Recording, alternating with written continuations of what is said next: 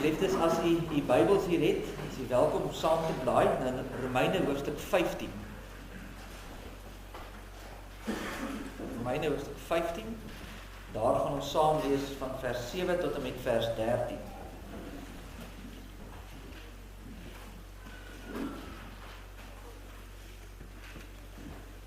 Voordat ons saam lees en luister na die woord van die Here, en ek vra dat ons saam bid, en vra dat die Here ons ook sal seën by die aanhoor van sy woord. Kom ons bid saam.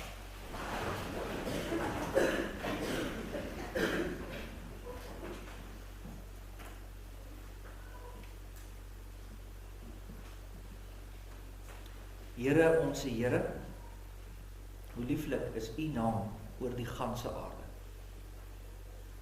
Hoe wonderlik is dit vir ons as gelowiges om vanmôre hier by mekaar te wees om u te kan aanroep as ons God en ons Vader.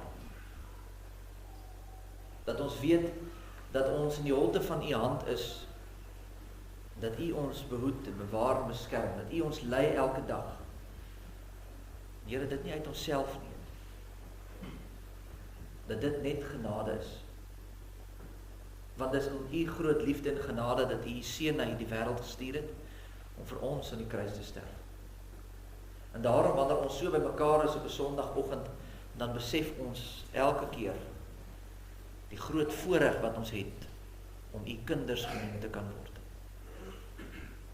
Here, ons dankie vir elkeen wat hier is vanmôre, om saam hier te aanbid, saam u te loof en te prys. Ons dankie vir die voorreg wat ons het om sonder die vrees van vervolging hier te kan vergader. En ons dink aan miljoene daar buite wat vanmôre moes wegkruip, juis omdat hulle gelowiges is, waar hulle vervolg word, gemartel en doodgemaak word. Here, ons bid en vra dat u vir hulle ook daar sal sterk, dat u kerk daar ook sal sterk maak, dat hulle sal staande bly, dat hulle sal hoop, nie op omstandighede nie, maar op u alleen. En dit is al wat ons het.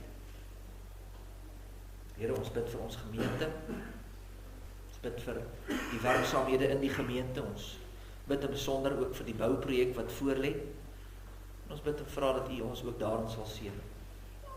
Here, dat ons in nederigheid voor u sal bly, dat dit nie iets sal word wat ons as mense sal verheerlik nie, maar dat hierdie projek ook sal wees tot eer en verheerliking van u naam, uitbouing van u koninkryk.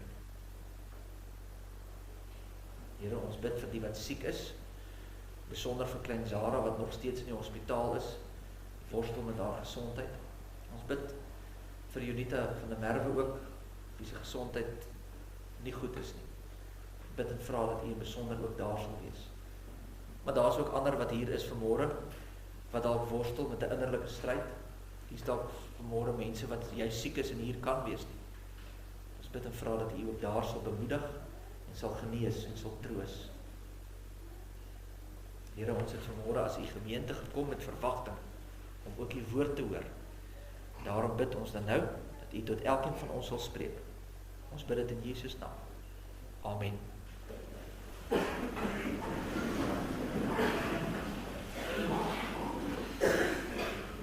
Ek lees vir ons saam uit Romeine hoofstuk 15 daarvan in vers 7. Neem daarom mekaar aan, soos Christus ons ook aangeneem het, tot heerlikheid van God. En ek sê dat Jesus Christus 'n dienaar geword het van die besnydenis ter wille van die waaragtigheid van God, om die beloftes aan die Vaders te bevestig. En dat die heidene ter wille van sy barmhartigheid God kan verheerlik, soos geskrywe is, daarom sal ek u loof onder die nasies en tot eer van u naam psalms sing. En ook sê hy, verbly julle o nasies saam met sy volk, en ook loof die Here alle nasies en prys hom alle volke. En Jesaja sê ook, die wortel van Isaai sal daar wees, en hy wat opstaan om oor die nasies te heers, op hom sal die nasies hoop. En mag die God van die hoop julle vervul met alle blydskap en vrede deur die geloof, dat julle oorvloedig kan wees in die hoop deur die krag van die Heilige Gees. Net tot sover uit die woord van die Here. Salig is ons as die woord van die Here hoor en dit ook in ons harte bewaar. Geliefde gemeente van ons Here Jesus Christus, daar is baie min mense wat besef dat dit waarop jy werklik hoop vir die toekoms bepaal hoe jy nou optree. Kom ek gebruik 'n eenvoudige voorbeeld. Stel jou voor, daar's 2 vrouens wat vir dieselfde maatskappy werk. Hulle werk in dieselfde kantoor, hulle doen presies dieselfde werk, hulle het dieselfde moeilike bestuurder, hulle het dieselfde ure, hulle moet elke dag dieselfde swaar werk verrig. Die enigste verskil is die kontrakte wat hulle geteken het. Die eerste vrou weet dat aan die einde van haar kontrak gaan sy aan die einde van die jaar R10.000 verdien. Die ander een weet dat aan die einde van haar kontrak vir die jaar gaan sy R1 miljoen verdien. Dink jy hulle gaan dieselfde houding teenoor hulle werk hê? Natuurlik nie. Hulle albei gaan moeg word, hulle albei gaan swaar kry. Daar gaan by albei kante gaan daar dae wees wat hulle voel, maar ek kan nie meer nie, ek wil nie, ek's nou klaar. Maar die een wat R1 miljoen gaan kry, wat weet daar wag R1 miljoen gaan is 'n bietjie makliker vind om deur te druk. Hoekom? Want dit waarop sy hoop vir die toekoms bepaal ook nou hoe sy leef.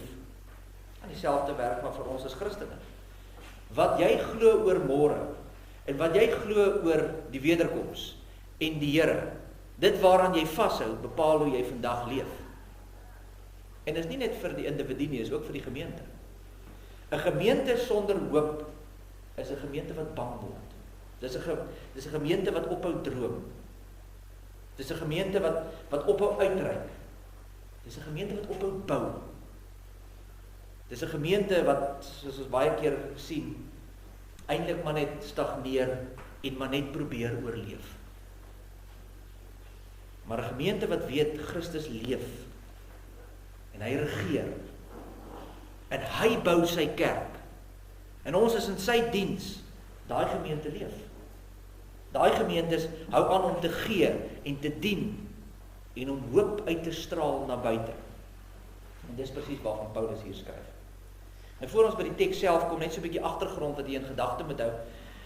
In die tyd toe Paulus hierdie brief geskryf het Christene ook nie die ideale omstandighede beleef nie.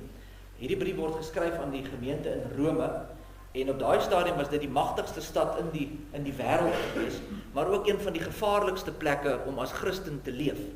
Want die keiser regeer en die afgodsdiens blom en hy het al hierdie afgode wat jy moet dien, maar baie belangrik, jy moet ook die keiser dien. Jy kan jou eie godsdiens doen, jy kan maak wat jy wil, maar jy moet ook die keiser aanbid.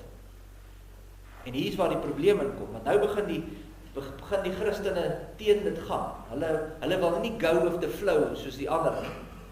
En nou begin hulle een kant toe geskei word. Daar kom 'n vervolging, hulle word uitgedruk.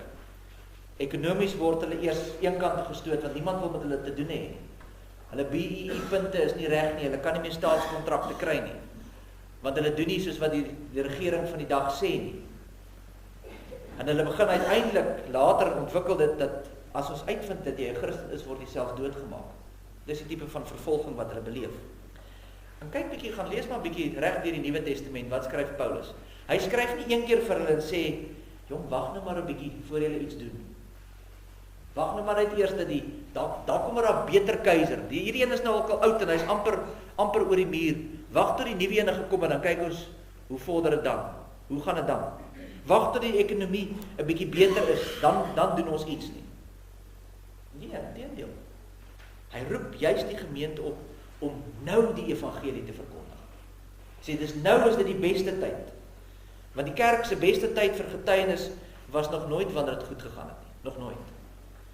Die lig van Jesus Christus het nog altyd die helderste geskyn deur die kerk, wanneer dit juist die donkerste was in die wêreld. Vat nou maar weer hulle omstandighede. Dit is in die 1ste eeu na Christus. Christene word gevang. Hulle word in arenas vir die leeu's gegooi. En dan sit al die heidene daar op daai massiewe kolosseum dalk of waar ook al. En hier word 'n klomp Christene ingejaag tussen 'n klomp leeu's in en hulle word doodgebyt. Dis die vermaak van die dag. Hulle word verwoes, hulle lewens word verwoes, hulle word uitmekaar uitgeskeur. Hulle verloor alles, hulle huise, alles. En tog weet ons dis die tyd wanneer die evangelie die vinnigste versprei het. Hoekom? Omdat mense iets in die Christene gesien het wat hulle nêrens anders gesien het nie. En dit was hoop. Daar was hoop. En nie 'n oppervlakkige optimisme nie. Nie net blote, ja, kom ons kan dit doen, kom ons druk deur nie. Dit is nie net 'n positiewe denk nie. denkpatroon nie. Daar was ware, vaste, onbreekbare hoop. En dis die hoop waarvan Paulus hier skryf in ons teksgedeelte. Ons gaan nou kyk na die teksgedeelte self en ek wil dit doen in die hand van 3 dele. Jy sal sien daar is hoop gevind, vers 7 tot 9. Dan is daar hoop gedeel, vers 9 tot 12. En uiteindelik hoop vermenigvuldig en uitgespreek, vers 13. Kom ons kyk so 'n bietjie daar. Ons begin by vers 7. Ek lees dit weer vir u. Neem daarom mekaar aan, soos Christus ons ook aangeneem het, tot heerlikheid van God. Ons lees hierdie vers baie maklik verby en ons dink nie eers daaraan nie. Hy sê hier, hy begin nie en hy sê, julle moet mekaar aanvaar en mekaar aanneem omdat julle dieselfde lyk nie. Omdat julle dieselfde dink of dieselfde doen nie. Julle moet nie mekaar aanvaar omdat almal die hele tyd met almal saamstem nie. Nee, wat sê hy? Hy sê aanvaar mekaar soos wat Christus julle aanvaar het. En onmiddellik moet ons dan vra, maar hoe het Christus ons aanvaar? En dan leer die Bybel vir ons dat ons is nie goed genoeg gewees nie. Niemand, wie van u wat hier sit kan sê, ek het geen sonde en ek is goed genoeg, die Here kan my maar kom haal, ek is sy kind nie. Niemand van ons kan dit doen. Christus het ons geroep toe ons geestelik dood was. Ons het geen goeie werke nie, ons is 'n vyand van God, sê die Bybel. En selfs in daai tyd het God gekom en hy trek jou nader. Al is jy vyand, hy is die een wat jou hart verander. Ons het geen aanspraak gehad op genade nie. Ons het geen goeie werke gehad, ons kan sê, maar hier is my goeie werke, dis hoekom ek 'n kind van die Here moet wees nie. En tog aanvaar hy my. En dis waar hoop begin. Dis nie in my liefde vir Christus nie, maar God se liefde vir my. En dis die evangelie. God se genade wat ek ontvang. En daarom is die kerk anders as enige ander organisasie op aarde, want die wêreld gaan vir jou sê, ja, bewys jouself. As jy hard genoeg werk, en jy doen genoeg, en jy verdien jou plek, dan sal ons jou aanvaar. Maar Christus sê, kom, ek sal jou verander. Ek sal jou verander. Met ander woorde, die enigste rede hoekom jy hier sit as gelowige vanmôre, is nie omdat jy Christus aanvaar het nie, maar omdat Christus jou aanvaar het. Jy kon nie jouself red. Jy het nie goeie werke wat hom kon beïndruk en sê, o, kyk nou, daai ene is nou oulik, kyk hoe hard werk hy nie. Nie een van ons sit hier omdat ons die Here gesoek het nie. Dis omdat God jou eerste gesoek het, en jou hart verander het, en jou nader getrek het. Dis die hoop wat ons vind. En nou sê Paulus, net soos Christus julle ontvang het, ontvang mekaar. Hoekom? Hy sê daar in vers 7, want dit bring eer aan God, dit verheerlik die Here. Ons het hierdie gedagte partykeer in ons kop, dat ons moet groot dinge doen om die Here gelukkig te stel.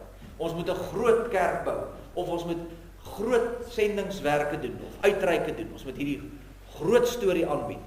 Dit gaan nou die Here se naam verheerlik. Weet jy wat sê Paulus? Hy sê, God word verheerlik wanneer sy kinders mekaar liefhet. Wanneer ons mekaar vergewe. Wanneer ons mekaar se laste help dra. Wanneer ons een liggaam vorm. Hoekom? Want daardeur sien die wêreld iets van Christus. En Paulus gaan dan verder daar in vers 8 en hy sê Christus het 'n dienaar geword van die besnydenis. Met ander woorde, hy kom wys vir ons dat Jesus het na Israel gekom, hy het gedoen soos die Jode. Jy onthou dat Jesus was gebore as 'n Jood, die Joodse familie. Al die Joodse beloftes wat daar gemaak is, het hy kom vervul.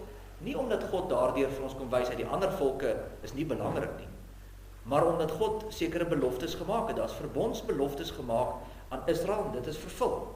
Al die beloftes van Abraham, en Isak, en Jakob, en Moses, en Dawid, en al hierdie mense deur die Ou Testament, daar's maar sekere beloftes gemaak, en dit word vervul deur Christus. Hy word nou 'n dienaar van die besnydenis. Dis 'n manier om te sê, hy kom vervul nou al hierdie beloftes. Wat vir ons wat wys? Dit wys vir ons dat die God wat ons dien, is 'n God wat hou by sy beloftes. Sy planne verander nie. As hy sê 'n ding is so, dan is dit so, dan sal dit so wees. En daarom as ons dan lees in die Bybel, en dan sê die Here sê ek sal jou nooit begewe of verlaat nie, dan sal hy jou nooit begewe of verlaat. En as hy sê alles gebeur ten goeie vir die wat hom liefhet, dan beteken dit, weet jy wat, sit jy hier vanmôre en jy worstel dalk deur die verskriklikste ding. Dan sê hy dit is ook ten goeie vir die wat hom liefhet. En as hy sê hy is die een wat die kerk bou, dan is dit hy wat die een dan is hy die een wat die kerk bou. Hy sal sorg. En dis waar ons hoop lê. Nie in dit wat ons doen nie, maar by die Here. Dis in sy karakter. Ons hoop nie op die ekonomie nie. Ons hoop nie op die regering nie. Ons hoop rus op God, wat nog nooit een van sy beloftes gebreek het nie. En daarom leef Christene anders. Want ons kyk tog dieselfde nuus, is dit nie? Ons kyk dieselfde nuus as al die ander mense daar buite, die heidene ook. Ons sien dieselfde oorloë wat rondom ons woed. Ons beleef dieselfde droogtes, ons selfde misdaad. Ons is nie blind vir die goed nie. Maar wat maak ons anders? Wat ons anders maak is, ons kyk verder as dit. Ons kyk na die troon van God en ons sien dat Jesus Christus sit daar en hy regeer nog altyd. Hy is die koning. Hy is die een wat nog steeds sy kerk bou. Hy is die een wat nog steeds mense red. Hy is die een wat nog steeds elke fyn detail van die geskiedenis beheer. En daarom verloor 'n Christen nooit sy hoop nie. Nie omdat ons sterk is nie, maar omdat ons verlosser leef. Dis die verskil. En nou sê Paulus in vers 9, sy eerste deel, dat Jesus het gekom, sodat ook die heidene God sou verheerlik oor sy barmhartigheid. So hy wys, dis nie net vir Israel nie, maar dit is ook vir die heidene. Dit was nog altyd God se plan. Alle volke, tale, stamme, nasies. Van die begin af was dit die plan gewees dat die wêreld, die hele wêreld sal hoop vind in een, Jesus Christus. En dit bring ons dan juist by die tweede deel van die teks, as ons sien dat hierdie hoop wat gebring is, ja, daar is beloftes gemaak, dit is vervul, maar dit is nie net vir Israel nie. Dit is ook vir ons almal. En dan is die 4 aanhalings uit die Ou Testament. Dis wat vers 9 tot 12, as ek dit nou weer gaan lees. Dis Moses en dis Dawid en dis Jesaja wat hier aanhalings van hulle wat aangehaal word, om vir hulle juist te wys, God se plan was nog nooit Israel nie. Israel is nie die uitverkore volk van God vandag. Hulle is nie meer die enigste volkie waardeur die lig geskyn word nie. Dit was nog altyd die plan dat dit wyeer sou wees, die hele wêreld. Die Jode, die van julle wat Joodse vriende het sal weet, hulle dink nog steeds vandag dat hulle is God se uitbestemming. Hulle dink hulle is die belangrikste. Hulle dink hulle is gekies omdat hulle beter is as ander mense. En eintlik staan die res van ons volke maar buite God se raadsplan. Maar Paulus sê julle verstaan die Ou Testament verkeerd. Israel was nog nooit die eindbestemming nie. Israel was net die voertuig waardeur God sy seun na die wêreld sou stuur. Gaan lees maar weer. Waar het alles begin? Die verbond met Abraham. Dis mos waar God sê, ek sal vir julle God wees en julle gaan vir my volk wees. Gaan kyk bietjie weer wat beloof hy aan Abraham. Dan Genesis 12 staan daar, in jou sal al die geslagte van die aarde geseën wees. Daar staan nie, in jou sal Israel geseën wees nie. Al die nasies, al die volke. En nou haal Paulus hier die gedeeltes aan hier van vers 9 af, dan wys hy vir ons, maar dit was nog altyd al die nasies. Nou in vers 9 sê hy, daarom sal ek u loof onder die nasies. God vat nie sy klomp mense en sê, kom staan julle hierso, hier in die hoekie, julle moet nou net nie tussen daai klomp heidene kom nie. Wat doen hy? Hy bring juis, en hy sit sy gelowiges hier neer. Hoekom? Sodat hulle 'n lig kan wees vir wat? Sodat hulle tot bekering kan kom. Hy sit tog mos nie Israel daar neer sodat hulle die res kan terg en sê, Wela Kapela, julle gaan in die hemel kom nie. Hy bring dan ons nou juis hulle hier en sê, hier is die lig, dis hoekom hy hulle hier plaas. Vers 10 en 11 sê hy, verbly julle o nasies saam met sy volk. Vers 11, loof die Here alle nasies en prys hom alle volke. Die heidene word nou genooi om saam die Here te prys. Vers 12 sê hy, op hom sal die nasies hoop. Waar word die hoop gevind? Nie in Israel nie, nie in Rome nie, nie in die politieke leiers nie, nie in die ekonomiese vooruitgang nie. Die hoop lê nog altyd net by een persoon en dit is Jesus Christus. En jy sien, die probleem, geliefdes, is vandag soek die wêreld hoop op baie plekke. Dan gaan ons ook. Dink maar net self, waar lê jou hoop? Ons hoop lê baie keer in ons geld. As ons net genoeg het om deur hierdie tyd te kom, dan is ons reg. So waar hoop jy eindig? Jou bankbalans. Dit moet ons net deurtrek vir hierdie moeilike tyd. Of in die politiek. Uiteindelik, nou gaan die politiek verander. Want hulle gaan nou hierdie president toesluit en hulle gaan nou die nuwe ene aanstel en dan gaan alles nou verander en dan dan sal dit nou beter gaan met ons. Beter markte. Uiteindelik het Trump en ek weet nie eers wie leef nog in Iran om die onderhandelings te doen nie, maar hulle het uiteindelik dit nou geteken. En nou gaan die markte oopmaak. Nou gaan die dieselprys val. Nou is ons dinge reg. Al hierdie goed is goed wat die heeltyd verander. Maar Christus bly altyd dieselfde. Hy is die konstante. En daarom verander die kerk nooit haar boodskap soos wat die wêreld verander nie. Dis die probleem wat ons het vandag. Dat kerke begin aanpas by wat die mense van vandag dink reg en goed is. Dit kan nie. Dit kan nie. Ons verkondig dieselfde evangelie wat die heel eerste Christene verkondig het. Hoekom? Want ons dien nog steeds dieselfde koning. Hy het nie verander nie. Sy woord is nog steeds dieselfde. En dit bring ons dan by die belangrike vraag is, waarom bestaan die kerk dan? Bestaan die kerk net vir sy eie mense? Is die kerk net hier sodat ons op Sondag by mekaar kan kom? Bestaan die kerk sodat ons geestelik veilig kan voel hier as ons by mekaar kom? En Paulus sê nee, dis nie die antwoord nie. Die kerk bestaan sodat die wêreld Christus kan leer ken. Die kerk bestaan sodat mense wat geen hoop het daar buite kan leer waar is die ware hoop. Die kerk bestaan nie vir onsself nie. Ons bestaan vir die eer van God en die uitbreiding van sy koninkryk. En dit verander dan natuurlik hoe ons behoort te kyk na onsself. Want baie van ons het hierdie gedagte, ons moet nou net hierdie groepie wees en ons moet nou maar net, as Engelsman sê, survive totdat die wederkoms kom. Hou net alles by mekaar, ons moet maar net hier by ons, hou net alles in beheer. En ons hoop nou maar dat die Here so gou as moontlik sal kom. Nee. Ons is nie hier om in die hoekie te gaan wegstaan en een kant te staan nie. Ons is juis daar om die lig te laat skyn. Ons is juis die ambassadeurs van die koning. Ons is die ligdraers in die donker wêreld. Ons is die draers van die hoop. En dit bring ons juis dan daar waar Paulus ons neem na vers 13, waar die hoop vermenigvuldig word, daar staan, en mag die God van die hoop julle vervul met alle blydskap en vrede deur die geloof, dat julle oorvloedig kan wees in die hoop, deur die krag van die Heilige Gees. Paulus sê nie vir die mense, ag, ek hoop God gee vir julle hoop nie. Hy sê, God is die God van hoop. Wat weer vir ons wys, dit begin nie by ons nie. Dit begin nie by ons omstandighede nie.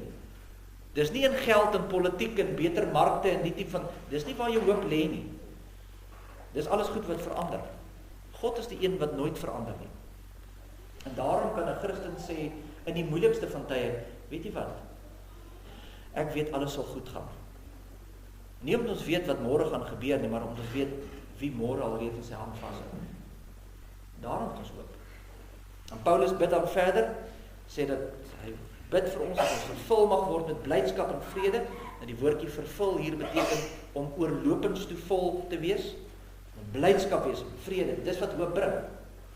Kom ek verduidelik dit weer met 'n beeld. Die van julle wat kinders het, sal dit weet. Ons kinders het so, as jy vir my kinders nou vanaand moet sê, of vandag moet sê, ons ry môre see toe.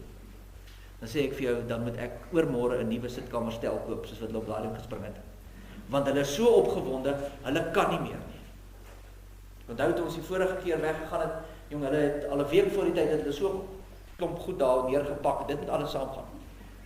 En daai dag voor ons ry, glimlag hulle die hele tyd. Ek dink hulle arme wange is al so seer in die aand, hulle is die hele tyd so. Hulle kan net nie wag en niks het verander nie. Dit is maar net nog 'n dag. Hoekom het dit verander? Hulle hoop was in môre. Dis iets waarna hulle uitsien. En my liewe broer en suster, as ons dan sê ons het die hoop en ons weet ons is in Jesus Christus veilig. Hy is ons anker, hy's die een wat ons veilig in die holte van sy hand hou. Dan moet ons mos anders leef, is dit nie? Dan moet ons anders boer. En anders skool gee. En anders ons kinders grootmaak. En anders beplan. Want dit waarop jy hoop vir môre, bepaal tot hoe jy vandag leef. En dan gaan Paulus verder en hy voeg nog by, dit is deur die geloof staan dan vers 13. Julle onthou van Petrus toe hy op die see geloop het, toe Jesus aangestap kom. Dan klim hy uit die boot en dan gaan hy na Jesus toe. En solank as hy sy oë op die Here hou, loop hy op die water. Maar die oomblik as hy begin links en regs kyk na die golwe, dan begin hy sink. Is dit nie maar ons probleem ook nie? Ons kyk na die oorlog, ons kyk na die ekonomie, en ons kyk na die dieselprys, en ons kyk na die misdaadsyfers. En voordat ons kry, dan kyk ons na die golwe rondom ons. En wat gebeur? Ons sink weg. Ons hoop sink weg. Terwyl ware geloof verder kyk as die nuus en die politiek en die olieprys. Want ware geloof kyk na Christus, die ewige lewe. En dan kom Paulus by die doel as hy uiteindelik skryf, dis sodat jy oorvloedig kan wees in die hoop. Nie net genoeg hoop vir jou nie, oorvloedig hoop. God vul sy kinders so met die hoop, dat dit oorloop na ander. Dis hoe die evangelie nog altyd versprei. Dis die enigste manier. Die eerste Christen het nie politieke mag of groot rykdom gehad nie, maar het iets gehad wat die wêreld nie geken het nie. Wat is dit? Hoop. En wat sê hulle? Hulle wil weet, hoe kry julle dit reg? Waar kom dit vandaan? Dan antwoord Paulus nie gedeeld, hy sê, dis deur die krag van die Heilige Gees. Dis nie uit onsself nie. Wat doen die Heilige Gees? Die Heilige Gees wys ons net na Christus. Hy wys ons na die een. Rig ons oë telkens na hom. En daarom is Christelike hoop nie net optimisme nie. Optimisme is om te sê, ag ja, dit sal ook seker maar verbygaan en alles sal seker oukei wees. Dis optimisme. Christelike hoop sê, weet jy wat? Selfs al werk dit soos ons gedink het. Selfs al is werk my plan nie uit soos ek gedink het dit behoort te doen nie. Dan is daar nog steeds hoop, want Christus bly nog steeds koning. En hy het nog steeds alles in die holte van sy hand. En hy dra nog steeds, en as dit so gebeur, dan beteken dit moet so gebeur. Want ek is mos veilig in die hande van die Here. En dis die verskil. Dis wat ons teks leer. Dan kom ek, sluit af en dan probeer ek so 'n bietjie nader aan ons situasie trek. Dink gou vir 'n oomblik aan 'n ligtoring. Die van julle wat dalk al enigste ligtoring wat ek daaraan kan gedink het in die week is nou Mosselbaai, en die van die wat dalk al Mosselbaai se punt was, sal weet daar staan 'n groot ligtoring daar by die punt van Mosselbaai. En dis nou daar vir die skepe as hulle nou verbykom om te waarsku waar's die rotse in die gevaar. Nou wanneer is 'n ligtoring belangrik? In die dag is 'n ligtoring nou nie vreeslik belangrik nie. As dit 'n mooi sonskyn dag is, ons kan almal sien wat rondom ons aangaan, dan is daar nie 'n probleem nie. Maar wanneer dit donker is, en wanneer daar storms is, en wanneer daar groot golwe slaan, en die skip word heen en weer geslinger, dan is 'n ligtoring van kardinale belang, want ons wil weet, waar is die gevaar, waar is die lig waant ons moet kyk. En vandag, dink ek, leef ons in so 'n tyd, ons leef in stormstyd, in storms, ons oorlog, ekonomiese druk, ons almal voel dit, almal van die wat hier sit, voel die dieselprys, die beleef die swak markte, ons boere, besonder, swak uitvoermarkte op die stadium. En daarom is daar baie mense wat moed verloor. En daarom is daar baie mense, as hulle vandag hoor, as ons sê, ons het nou begin om 'n kerk te bou, dan sê hulle, is julle mal. In hierdie tyd, 'n kerk bou. Maar geliefdes, wanneer was die kerk se tyd ooit gemaklik? Het die eerste Christene eers gewag totdat die vervolging bietjie verby was? Het die hervormers daai tyd gesê, kom ons wag eers tot Europa veilig is, dan sal ons verder gaan met die hervorming van die kerk, om die dinge weer reggestel te kry. Het die sendelinge gesê, nee, wag, Afrika is te donker, en daar's nog nie ontwikkeling in Afrika nie, kom ons wag net maar eers so 'n bietjie, ons sal later soontoe gaan. Nee, die kerk het nog nooit gewag vir die ideale omstandighede nie, want die kerk se hoop was nog nooit in ideale omstandighede nie. Die kerk se hoop was nog altyd in Jesus Christus. En daarom bou ons, nie omdat die ekonomie goed lyk nie, maar omdat Christus leef. Daarom.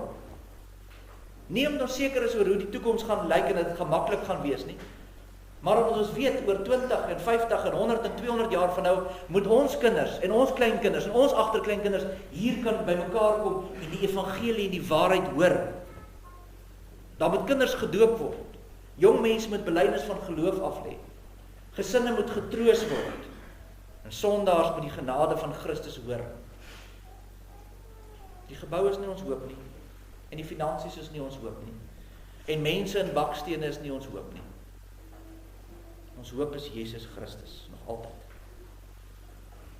En onthou wat ek vir die begin gesê het, dit waarop jy werklik hoop vir die toekoms, bepaal hoe jy vandag optree. As ons hoop in die ekonomie was, het ons nooit gebou. As ons hoop bepaal was deur die wisselkoers in die rand, was ons te bang gewees. As ons hoop in die wêreld was, dan sou ons lankal al moed verloor. Maar ons hoop is nie in die rand nie. En is nie in die olieprys nie, en is nie in die uitvoere van lemoene en suurlemoene en sitrus nie. Ons hoop is nie in 'n gebou nie. Ons hoop is in Jesus Christus. En omdat hy leef, kan ons môre tegemoet gaan met hoop. En daarom bou ons. En daarom gee ons. En daarom dien ons. En daarom straal ons hoop in die wêreld uit. En ek hoop en bid dat eendag sal hulle dit van die AP Kerk kan sê. Nie dat ons die grootste kerk gebou het of ons die mooiste kerk gebou het nie. Maar dat die wêreld moedeloos was en stikkend was. En niemand hoop gehad het nie. Het hulle gebou en het hulle mense hoop gegee. Nie om gesien te word deur die wêreld nie, maar om juist te wys na die een wat hoop gee, Jesus Christus. Want aan hom kom toe die lof en die eer en die dank tot in alle ewigheid. Amen. Kom ons bid saam.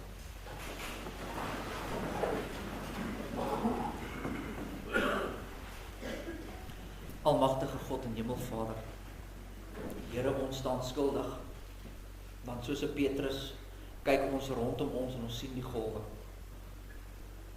En ons raak bang, en dan sink ons weg. Here, ons dankie vir u woord, ons dankie dat u vir ons kom wys op die hoop. 'n Hoop wat nie in die veranderlike is nie. 'n Hoop wat nie gevestig is in mense se optrede, of in die ekonomie, of die wêreldoorloë, of enig iets wat die mens doen nie. Maar ons hoop is gevestig in u, wat van ewigheid tot ewigheid nog altyd dieselfde is. En die evangelie boodskap wat nog deur alle eeue dieselfde gebly het, dat daar genade is vir sondaars. En dat u staan en roep en sê, kom na my. Daar is vrede, daar is rus, daar is hoop. Here, mag ons 'n gemeente wees wat deur ons doen en late dit uitstraal na buite. Mag ons 'n getuie wees van u goedheid en u genade en die hoop wat in ons leef. Sterk ons hande vir hierdie taak. Ons bid dit in Jesus naam. Amen.